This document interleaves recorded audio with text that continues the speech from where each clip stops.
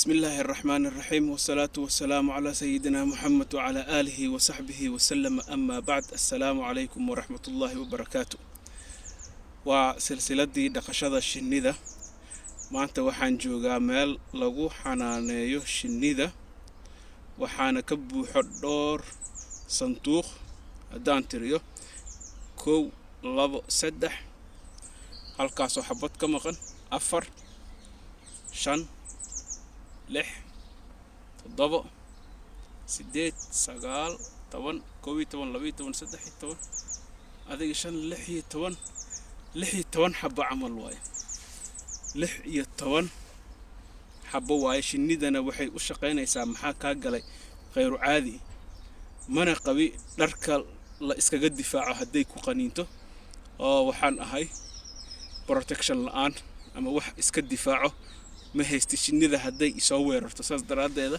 waa inaan si tartiib aan ugu dhawaada ana ugu soo duwaa cajalkan si aad u aragtaan marka waxaan rabaa maanta inaan ka hadlo waxa la yiraahdo ka ganacsiga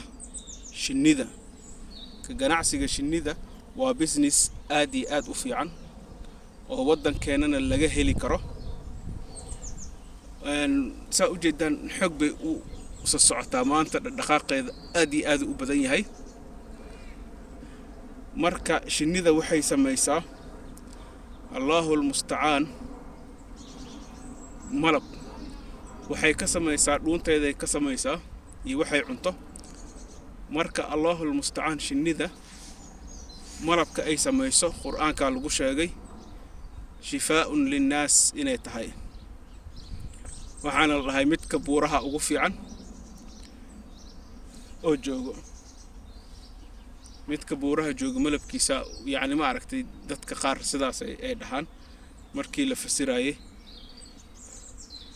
marka Allahul musta'an haddaan u soo daadagno Soomaaliya shinnida malabka ay samayso meeqa lagu kala gataa kiiladii sida aan la socono malabka waxa way waxyaabaha aadka loo jecel yahay oo caafimaadka ah oo la isku daaweeyo wuxuuna u kala baxaa laba nooc sida ay sheegaan dadka dhaqaatiirta ah midna waxa way cunto qidaa midna waxa way dawaa midka daawada waxa lagu sheegaa midka cusub inuu yahay midka daawada ah oo markaas la soo gooyay midka oo nafaqa ahaan iyo cunto ahaan iyo ma aragtay carbohydrate ahaan loo isticmaalana waa midka wax yar raago marka meeshan saa u jeedaan waxa ka baxayo intaas oo kala ceen oo fiyorooyin oo kala duwan waxaasay soo aruurinayaan markaas ay cunayaan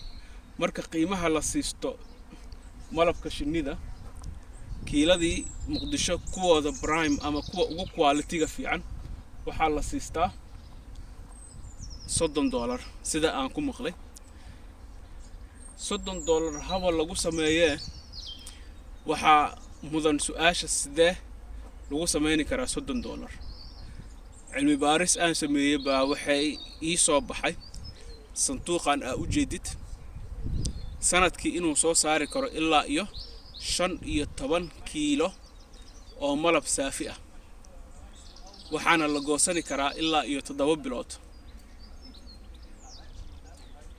marka waa qiimo aad iyo aad qaali ah marka dadka aqoon la'aan ah hayso iyo sida loo dhaqdo marka sida loo dhaqdo in la barto aad u fiican tahay hadda meeshan sa u jeedaan waxaas waxay u eg tahay sida looski oo kale hadda idin soo dhaweeyo waxa waaye boqorada meesha ay ku xarooto oo ukunteeda laguna sameeyo royal jelly waxa la dhahayo cuntada boqorada meesha lagu sameeyo waay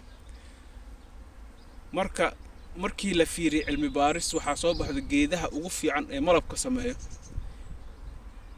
in laga helaba wadankeena Soomaaliya sida geedka qurac oo kale noocyadiisa kala duwan quulaha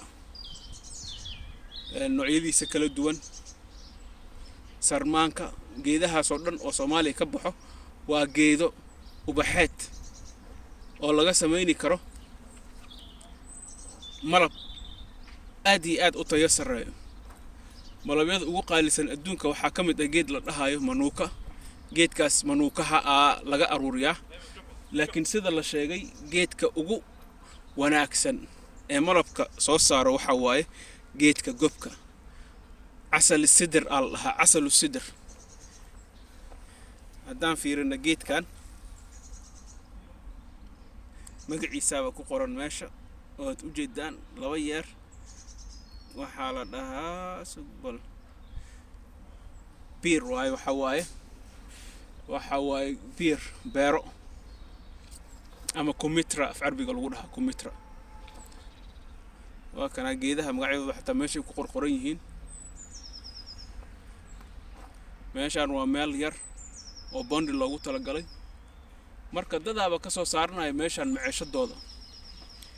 marka haddii aad samaysatid 15 sanduuq oo kale 15 sanduuq oo kale haddii samaysatid waxaad leedahay 15 lagu dhuftay 15. xisaabta 15 haddii aan soo fududeyno 10 lagu dhuftay 10 boqol waaye. 15 lagu dhuftay 15 150 waaye. marka 150 kiilo aad waxaa ku dhufanaysaa $30. meel fiican aad dhiganaysaa. marka meel fiican dhigatid oo magaalada ka baxsan oo duur camal ah, malabkii wuu ku dhalay, suuqa geysatay magaalada. marka magaalada geysatid waad iibsatay, waxaad ka helaysaa nafci aad iyo aad u fiican. marka meesha aan joogno waxa waaye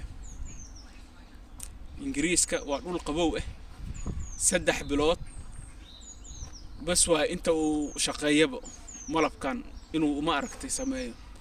laakiin Soomaaliya hawadeeda hadda u heshid ceelbiyood aad u beertid ubaxyadan oo kale ama sisinta xataa markii la beerayo liimanka kulli waxa laga sameeyaa malab aad iyo aad oo quality fiican leh. marka arintaas waxaan rabay lahaa in ay ku baraarugaan dadka wadankeena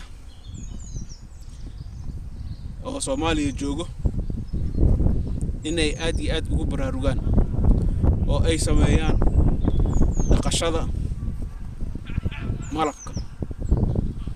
waa u dhawaanayaa shinnidii u dhawaanayaa.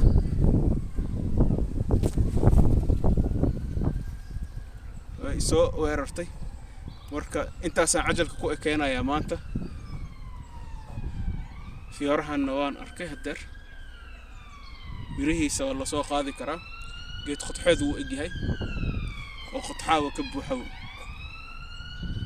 geed qodxeedka wuxuu ku fiican yahay sida la sheego, waxay u adkaystaan haraadka iyo oonka. marka cajalka maanta intaasaan ku soo gabagabeynayaa. walaalahana inay fahmeen ila tahay maqsadka cajalkan inuu yahay baraarujin sidii loo dhaqani lahaa shinnida, sida loo dhaqdo ariga iyo geelka, iyo sida loo falo beeraha intaba. wassalaamu calaykum waraxmatullaahi wabarakaatuh.